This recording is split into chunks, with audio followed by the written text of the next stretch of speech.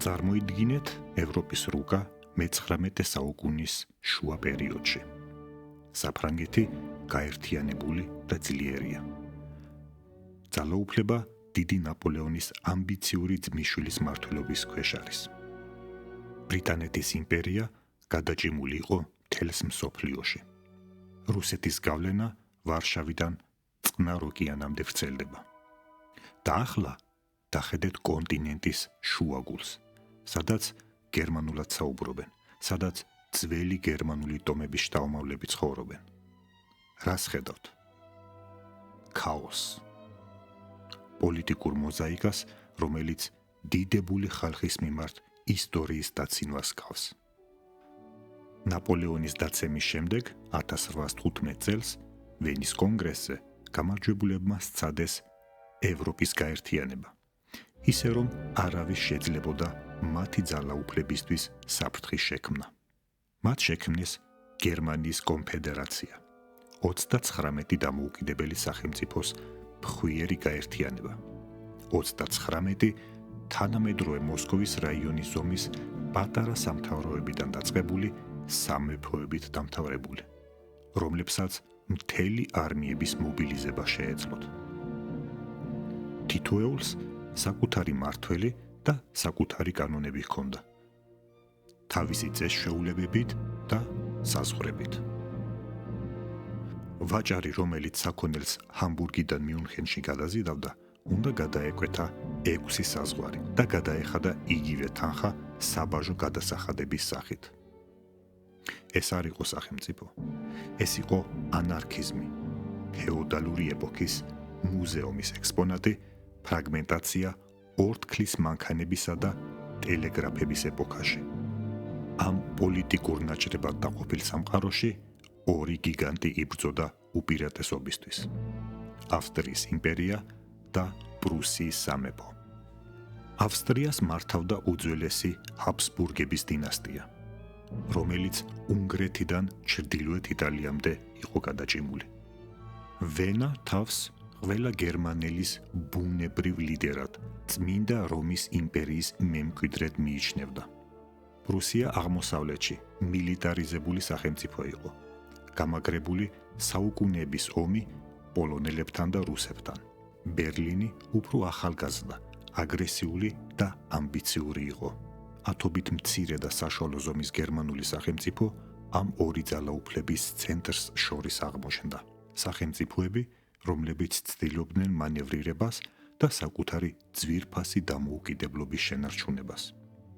მაგრამ გერმანელები, ევროპის ერთ-ერთი ყველაზე განათლებული და კულტურული ხალხი, იწყებდნენ თავიანთი მდგომარეობის აბსურდულობის გაცნობიერებას. ჰაიდელბერგისა და იენის უნივერსიტეტებში სტუდენტები ეროვნული ერთიანობის ტრაქტატებს გულდასმით სწავლობდნენ. ფილოსოფოსები და პოეტები აქებდნენ გერმანულ სულს. ინდუსტრიალისტები კი წევლიდნენ საბაჟო ბარიერებს, რომლებიც ვაჭრობას ახშობდა. თანდათანობით იდეა დამკვიდრდა. გერმანელები უნდა გამხდარიყვნენ ერთიანი სახელმწიფო. საკითხი ის კი არ იყო, აუცილებელი იყო თუ არა გაერთიანება, არამედ ვის და როგორ უნდა განეხორციელებინა ეს.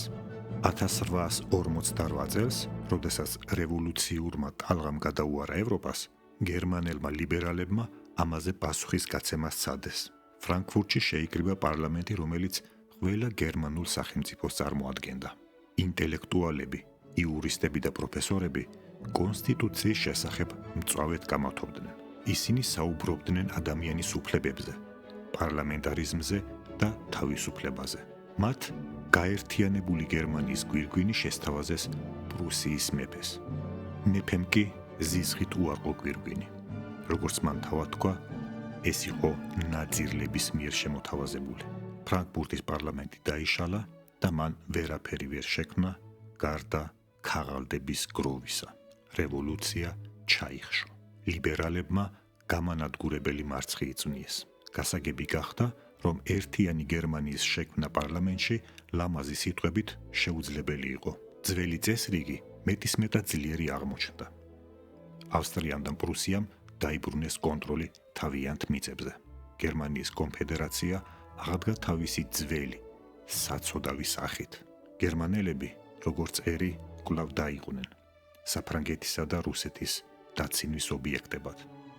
დამცირება ძალიან დიდი იყო, მაგრამ სწორედ ამ დამცირებაში, ძალაუფლების ამ ვაკუუმში და ნებისყოფის გამოვლენაში ჩნდება ადამიანი.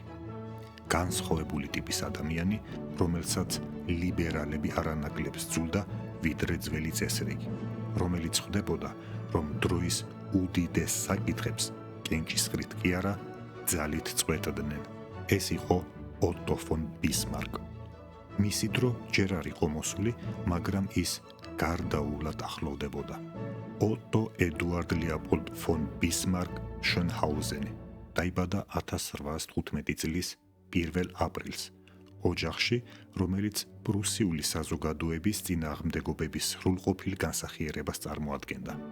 მისი მამა, ფერდინანდ ფონ ბისმარკი, ტიპიური იუნკერი იყო, რომელიც მცირე მიწათმფლობელობას ახორციელებდა. ასეთი კლასი პრუსიული მონარქიის ხერხემალს წარმოადგენდნენ.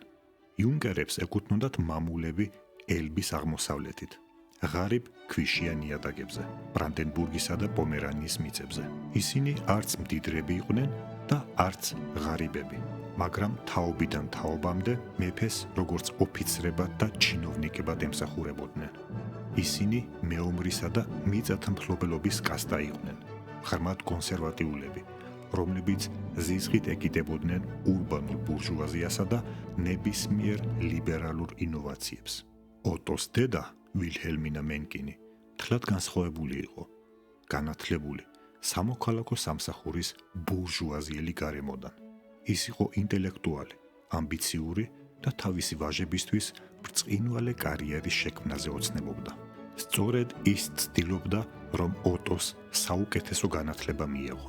ბიჭი ბერლინში პრესტიჟულ გიმნაზიაში გაგზავნეს, შემდეგ კი უნივერსიტეტებში, მაგრამ ახალგაზრდა ბისმარკი კატეგორიულად არ შეესაბამებოდა ამ სურათს, როგორც მოსწავლის ან მეცნიერის. უნივერსიტეტში ის ცნობილი გახდა სრულიად სხვა რამით. ბისმარკი შეუერთდა სტუდენტურ საძმოს, დახურულ საძმოს, სადაც ხმლით დუელები, ლუდისმა და ბურჟუაზიული მორალი იყო დამკვიდრებული. მან მონაწილეობა მიიღო 28 დუელში. 28 ჯერ ეს მაღალი ახალგაზრდა ცივი თვალებით ხმალ-დახმალ მიდიოდა თავისი მოწინააღმდეგის წინააღმდეგ. დუელების შედეგად მან მიიღო იარები, რომლითაც მთელი ცხოვრება სიამაყით დადიოდა.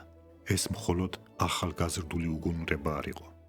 ეს იყო გზა თავის დამკვიდრების, სიმამაცისა და პატივის დამტკიცების, რადგან მისი სახეზე არსებული ნაიარევი ნებისმიერ დიპლომზე უფრო საპატიო იყო.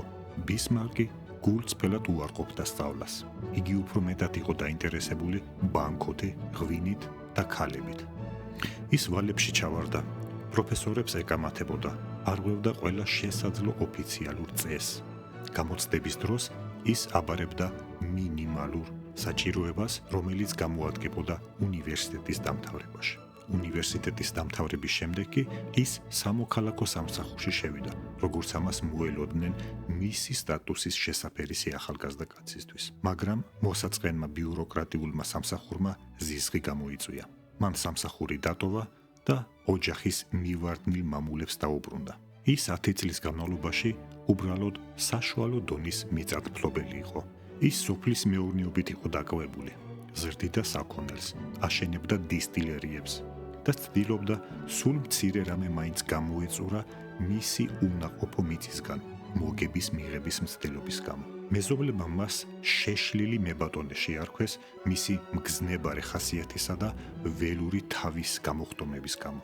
მას შეეძლო შუაღამისას 10 კილომეტრი გაევლო, რომ უბრალოდ თავისი მეგობარი მოენახულებინა.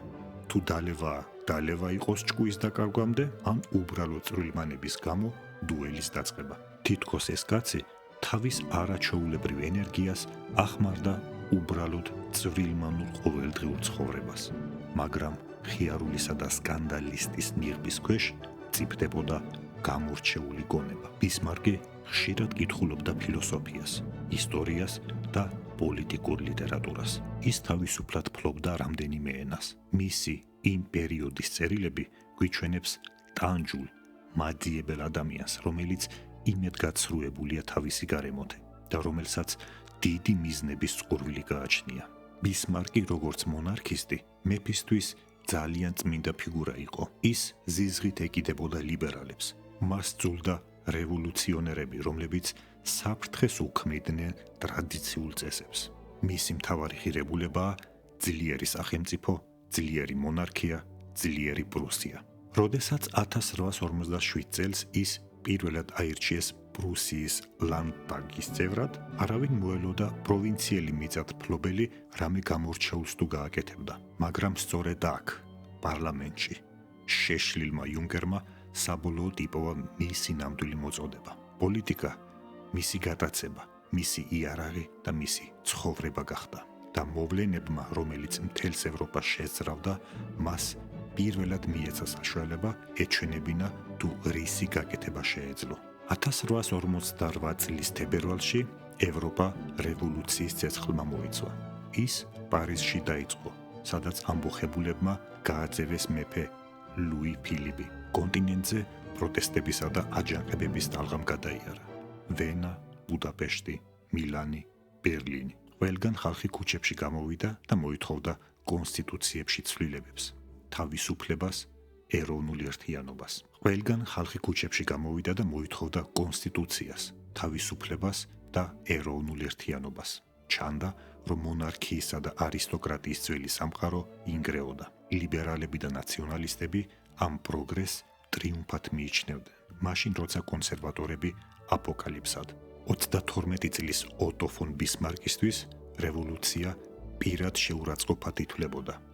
ის იყო სასიკვდილო საფრთხე ყველასთვის, რისიც მას ძალიან სწამდა. როდესაც მარტში ბერლინში ქუჩის ბრძოლები დაიწყო, მეფე ფრიდრიხ ვილჰელმ მეოთხე ხალხის რისხვის მასშტაბებით შეშინებული წავიდა დათმობაზე. ამასთანავე ბისმარკი თავისი გლეხებისგან შეიარაღებული რაზმით გაემართა ბერლინისკენ სალაშქროდ რევოლუციონერების დასაშლელად. ეს იყო იმპულსი, რომელიც დამახასიათებელი იყო საშუალო საუკუნეების რაინდისა, რომელიც მზად იყო თავი გაეწირა თავისი სუზერენისთვის. რევოლუციამ ბისმარკს მისცა ის, რაც მას სურდა, პოლიტიკური ასპარეზი. იმავე წლის მაისში ის აირჩიეს პრუსიის ლანდტაგში, სადაც ახლა ლიბერალები და კონსტიტუციონალისტები ისხდნენ, რომლებიც პრუსიის დასავლური მოდელით აღდგენას ცდილობდნენ. და ზუსტად აქ, საპარლამენტო დებატებში, პროვინციული მიწათმფლობელი იქცა შესანიშნავ ორატორად.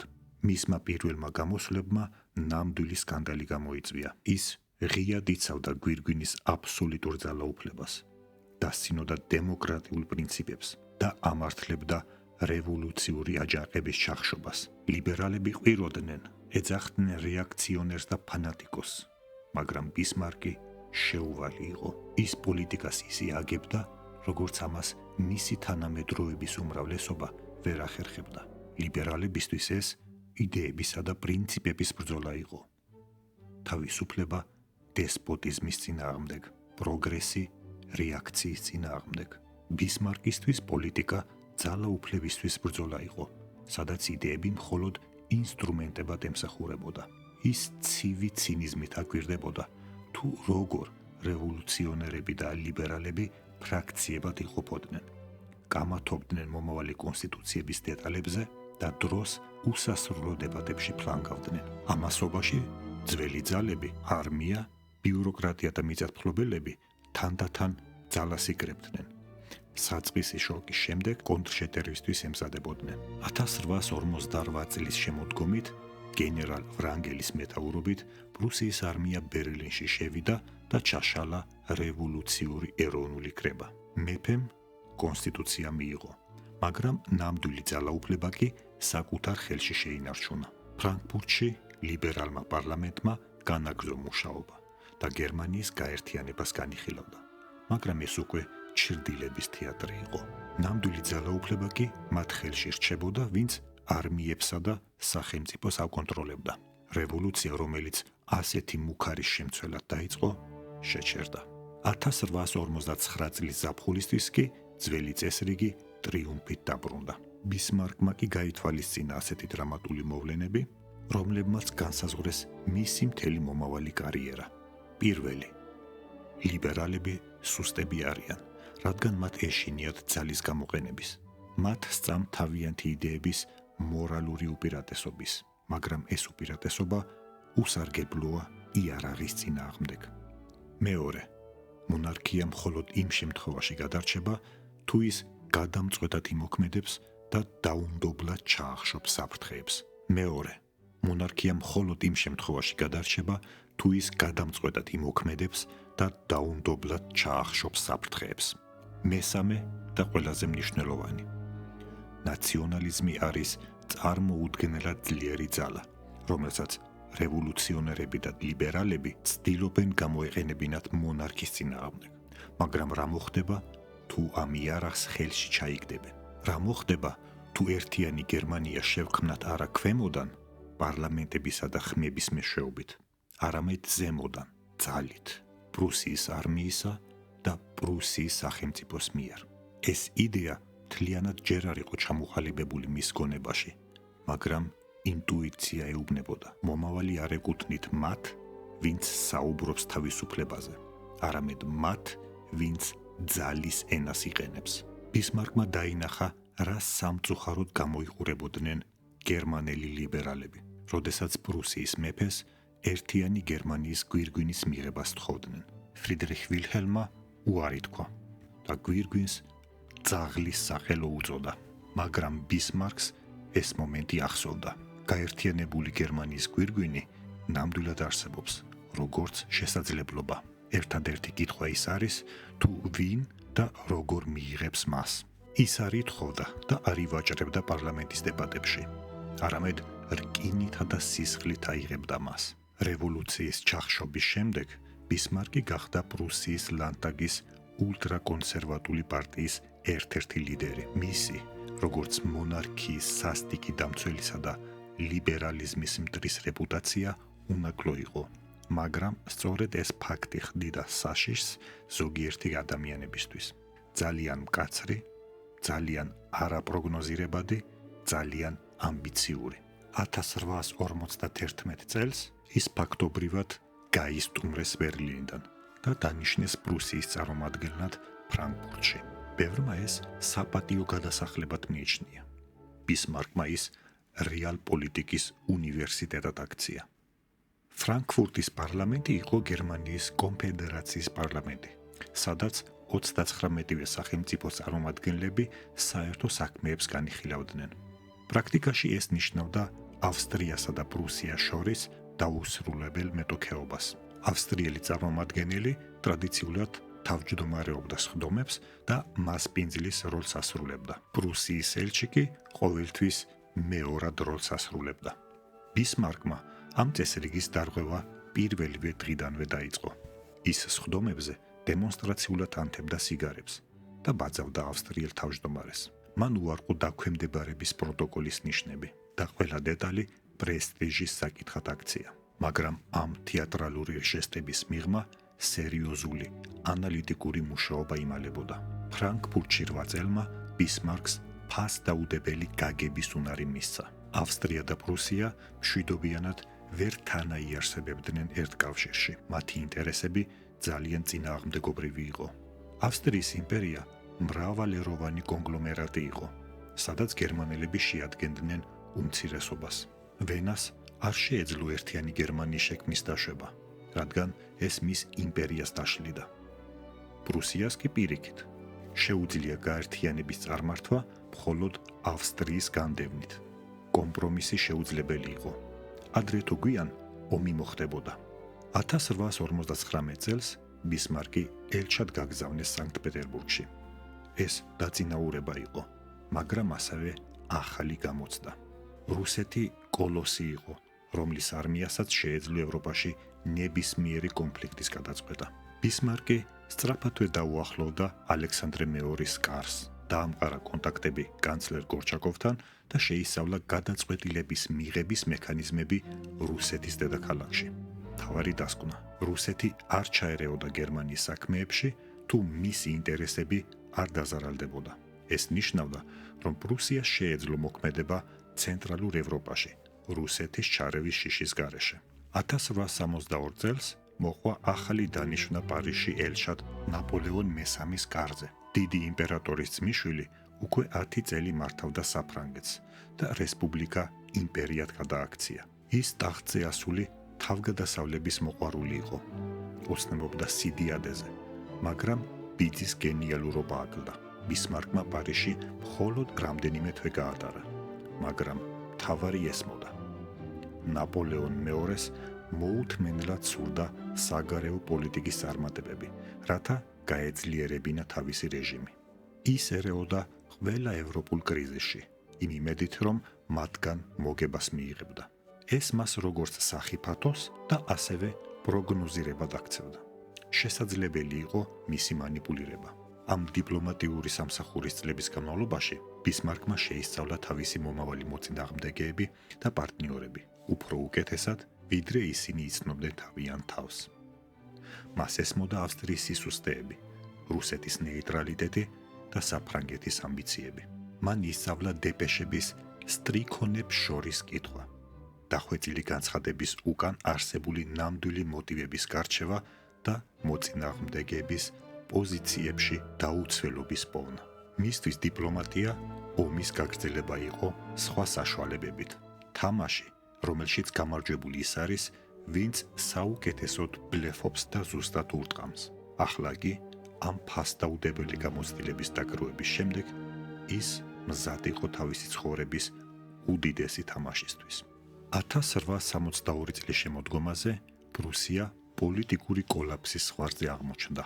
მეფე ვილჰელმ პირველმა, რომელიც ტახტზე რამოდენიმე წლით ადრე ავიდა, სამხედრო რეფორმა წამოიწყო. მას სურდა არმიის გაზრდა, სამხედრო სამსახურის ხანგრძლივობის გაზრდა და პრუსიის შეიარაღებული ძალების უძლებელ მანქანად გადაქცევა.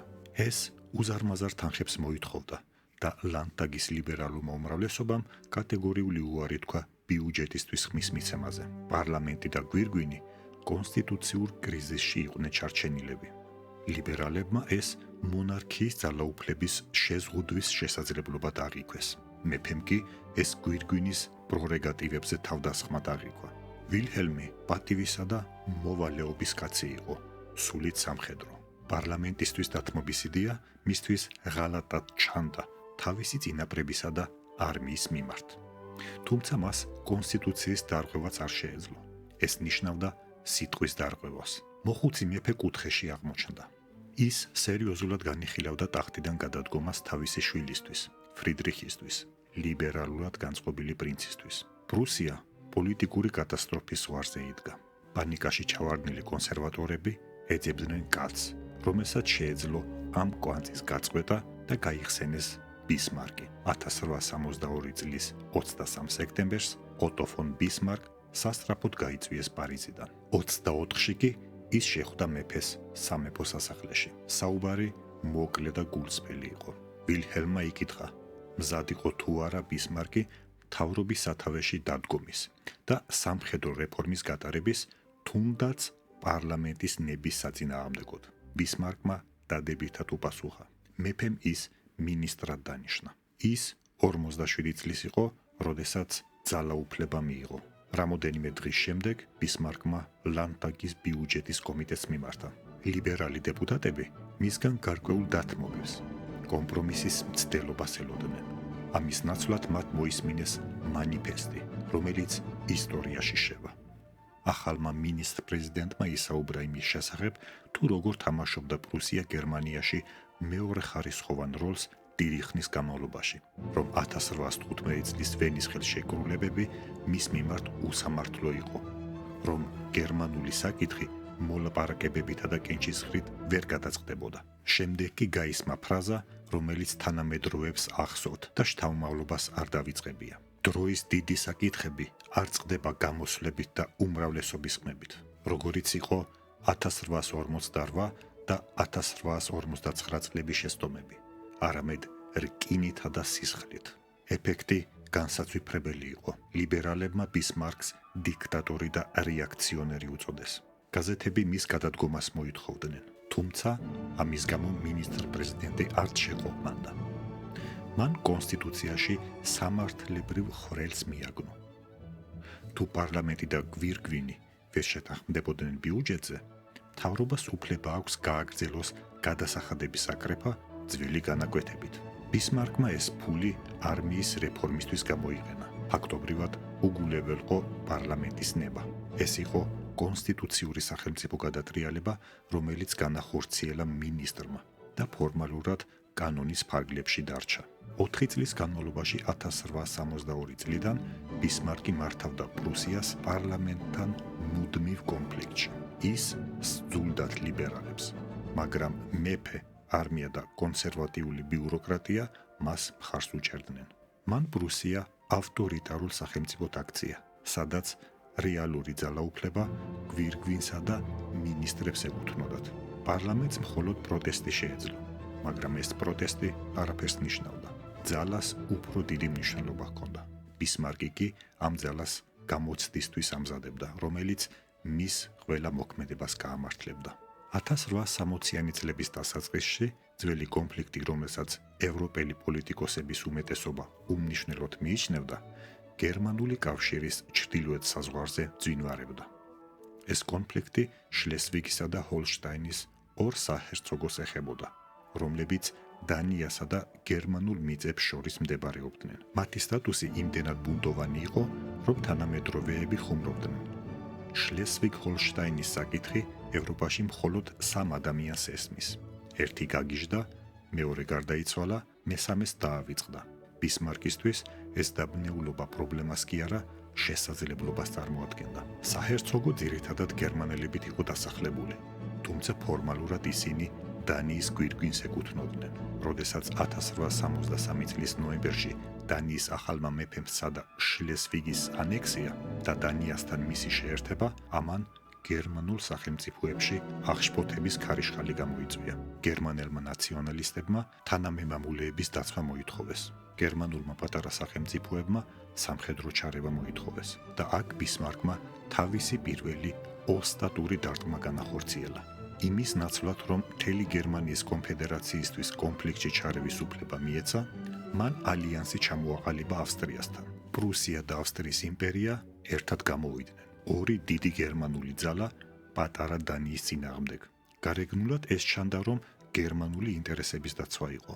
სინამდვილეში ბისმარკს სრულიად განსხვავებული მიზანი ჰქონდა. მას სურდა ავსტრიის ჩათრევა ამ კონფლიქტში და მოგვიანებით ნადავლის გაყოფის გამო მათთანვე კონფლიქტი. 1864 წლის თებერვალში პრუსია-ავსტრიის ჯარები შეიჭრნენ საჰერცოგოში. დანიის არმია რამდენიმე კვირაში დამარცხდა. ეს არც კი იყო ომი, არამედ სამხედრო ძალის დემონსტრირება. პრუსიის არმიამ, რომელიც რეფორმირებული იყო მეფე ვილჰელმის გეგმების მიხედვით, აჩვენა თავისი ეფექტურობა. ახალი შაშხიანი ქვემეხები, ზუსტი ორგანიზაცია, ჯარების მობილურობა, ყველაფერი მუშაობდა შვეიცარიული საათივით. შემოდგომისთვის დანიამ კაპიტულაცია გამოაცხადა და უარი თქვა თავის საჰერცოგოებზე. ახლა თამაშის მეორე ნაწილი დაიწყო. ავსტრიას ვენის კონვენციის ნადავლის გაყოფის მიხედვით ჰოლშტაინი გადაეცა, პრუსიას კი შლესვიგი. თუმცა ბისმარკმა შექმნა სიტუაცია, რომელშიც კონფლიქტი გარდაუვალი იყო. ავსტრიის კონტროლის ქვეშ მყოფი ჰოლშტაინი პრუსიის მიწებით ავსტრიისგან ფიზიკურად იყო მოწყვეტილი. ავსტრიული ჯარების ნებისმიერი გადაადგილება პრუსიის ტერიტორიაზე გავლას მოითხოვდა. ეს განზრახ უშედეგო სქემა იყო, ასე ვთქვათ, დროის ბომბი. ბისმარკი მოთმინებით ელოდა შესაფერის მომენტს ამ ბომბის ასაფეთქებლად. მან ავსტრიელების წვრილმანი უხერხულობით, შეთანხმებების დარღვევით და დიპლომატიური დარტყმებით პროვოცირება მოახდინა. ვენის სამეფო კარზე გაღიზიანება შეიმჩნეოდა, მაგრამ ისინი ჯერ არაფერს იმჩნევდნენ. დანიის ომი მხოლოდ პროლოგი იყო. ბისმარკმა მიიღო ის, რაც სურდა: პრუსიის არმიის ეფექტურობის დასტური, ავსტრიასთან მომავალი კონფლიქტის საბაბი და მოკლე გამარჯვებული კამპანიის წარმოების გამოცდილება. ლანდტაგში ლიბერალები კვლავ აგრძელებდნენ მისი მეთოდების კრიტიკას. მაგრამ მათი ხმები აღარ იყო ისეთი თავდაჯერებული. სამხედრო წარმატებამ გაამართლა. ბევრი რამ და მთავარი მიზანი წინ იდგა. საბოლოო დაპირისპირება დომინირებისთვის გერმანულ სამყაროში. დანიის ომის შემდეგ 2 წლის განმავლობაში ბისმარკი მეთოდურად ამზადებდა პრუსიას ავსტრიასთან გადამწყვეტი დაპირისპირებისთვის. ეს იყო როგორც ოქრომჭედლის დიპლომატიური საქმე. მთავარი საფრთხე არა თავად ავსტრიაში იყო, არამედ იმ შესაძლებლობაში, რომ სხვა ევროპული ძალები შეიძლება ჩარეულიყვნენ მისი სახელით. ამიტომ ბისმარკმა თანდათან გაზარდა ვენის იზოლაცია. რუსეთთან საკითხი თითქმის ავტომატურად გადაწყდა. 1863 წლის პოლონეთის აჯანყების დროს ბისმარკმა მხარი დაუჭირა ალექსანდრე მეორეს აჯანყებულების წინააღმდეგ, ხოლო ავსტრიამ და საფრანგეთმა თანაგრძნობა გამოხატეს პოლონელების მიმართ. სანქტ-პეტერბურგს კარგად ახსოვდა ეს კეთილგანწყობა. საფრანგეთთან სიტუაცია უფრო რთული იყო.